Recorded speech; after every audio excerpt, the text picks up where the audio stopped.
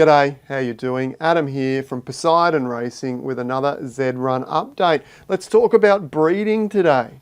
This is something that I'm really passionate about. I was really passionate about it before the update, and it's something that currently is under fire a little bit and something that is underappreciated, and there's a lot of doubt around that. And I have a lot of doubt around that as well, but the Zed development team assures us, and this is a really important point, they have assured us that it is possible to surpass the parents' abilities in the breeding cycle. And this is really, really important because within any sport, a lot of the excitement comes from the ability to continually improve, continually break records and see higher highs. Now, if the offspring do not have the capability of surpassing the best Genesis horses, then that is somewhat stagnant and it really takes away a lot of the fun of the game, particularly the dream of being able to come into a game at a later stage and start with not much at all and slowly breed your way up to a champion horse.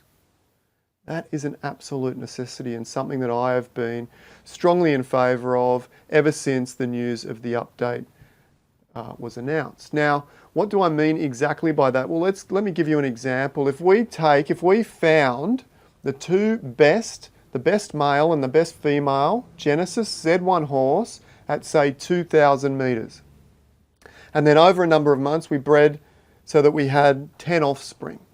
Well, of those 10 offspring, I would hope to see at least one or two that surpass the abilities of the parents. Now, I don't mean like surpass by a huge long shot, but maybe just by 5% or 10%, or maybe somewhere around that mark, but they have surpassed the parents' abilities.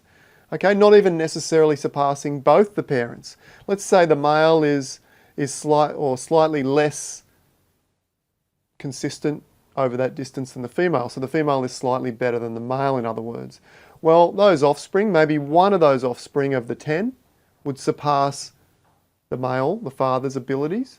Maybe one other offspring might surpass the mum or the female's abilities.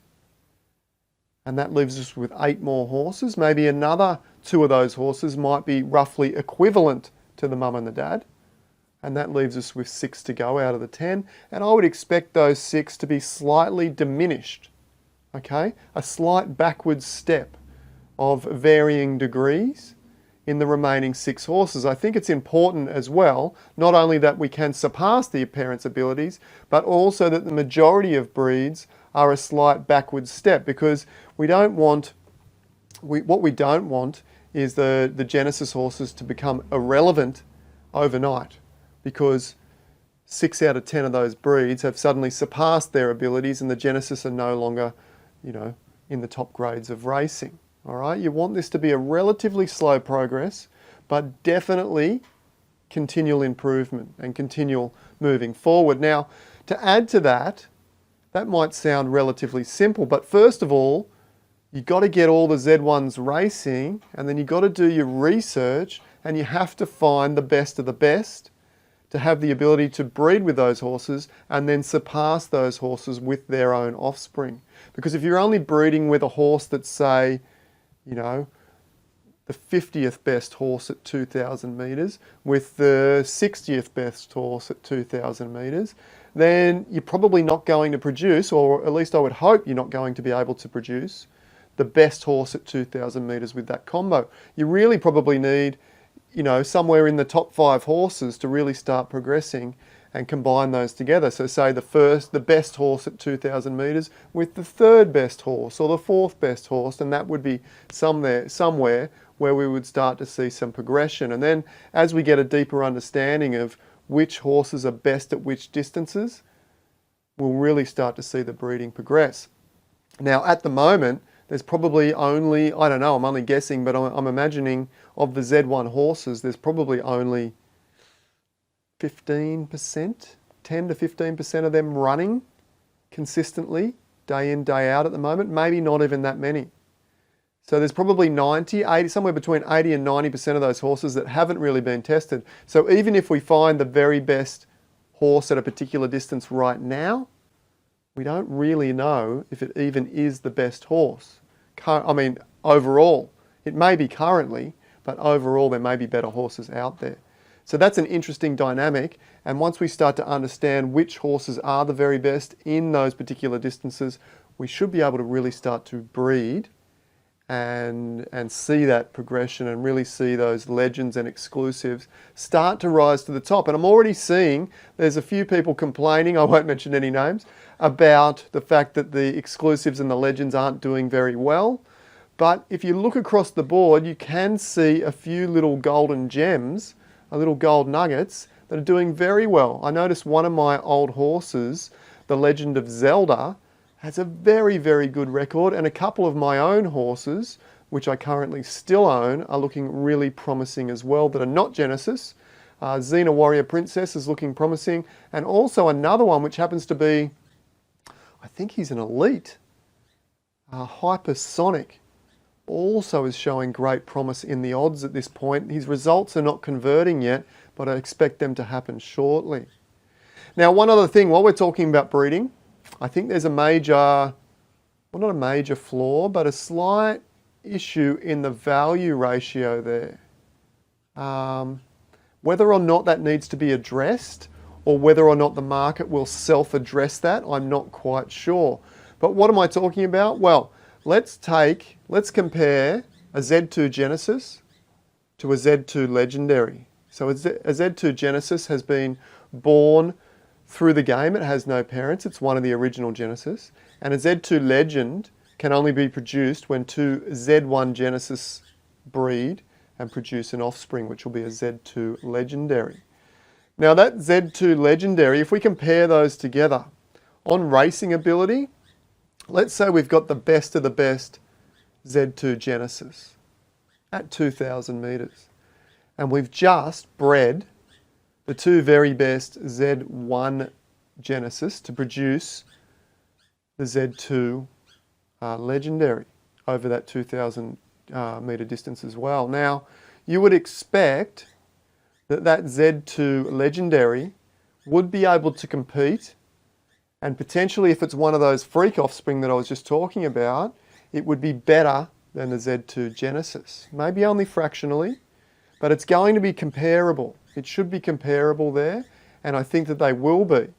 However, when we compare prices, there's a big discrepancy there. Like currently the Z2 Genesis is selling on the marketplace when they're available for 2 Ethereum. Roughly $1,000 depending on the fluctuation of Ethereum, the price of Ethereum to USD, but roughly $1,000. However, you can pick up a Z2 Legendary for, depending, but roughly 0.15 to 0.2 Ethereum. Some of the better ones might go for 0.3, but 0.2, okay? 0.2 Ethereum. So the Z2 Genesis is 10 times more expensive. And what's tending to happen is a lot of the Z1 owners are breeding these Z2 Legends because they can breed, if you've got two Z1, a male and female, you can breed a Z2 Legendary for about roughly 0.1 Ethereum once you account for gas. So that's why they're selling for 0.15 or 0.2, because there's good profit margin in selling a Z2 Legendary for just 0.2. There's no incentive currently, and there's really no market demand. There's really no market demand currently to really raise those prices up and draw. I think those Z2 Legends on average should be going for around about 0.4 to 0.5 Ethereum, giving those Genesis Z2s are going for 2 ETH. Sorry, they probably should be more. Those Legendaries probably should be more up like 0.8, 0.9. But that's not going to happen as long as you can breed them for 0.1 and then sell them for 0.2. And currently, and what I was saying before is maybe the market will address this itself with demand. If there was huge demand for Z2s and they were selling out within minutes or hours of putting them on the market, then the owners of those Z2s would start raising the prices and it might start matching demand. But currently, because there is very little demand and there's not a huge user growth right at this particular point. We're not seeing that demand to raise the prices.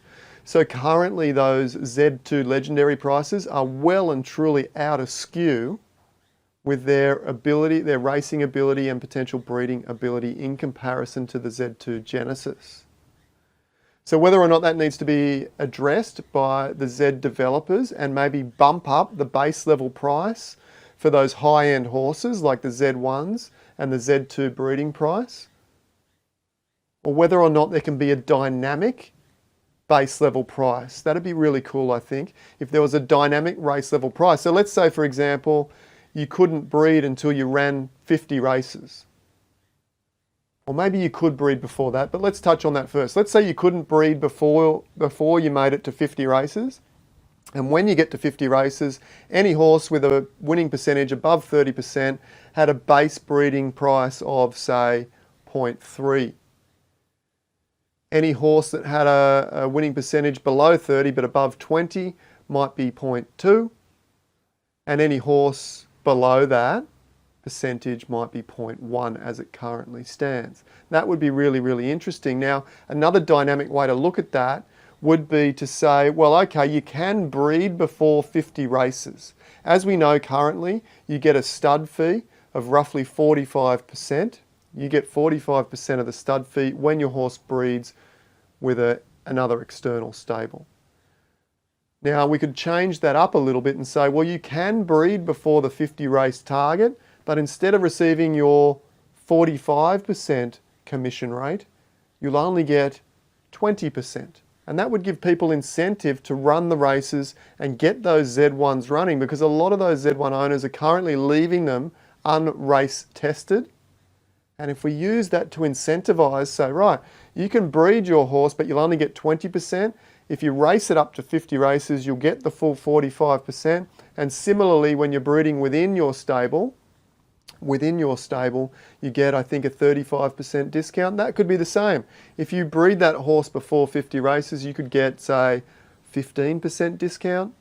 And if you breed it after those 50 races, you could get the full 35% discount. I reckon that'd be a really interesting way of doing it, and it would really promote those Z1 owners to get out there and race test them so that they can build those stats up and get that full breeding commission.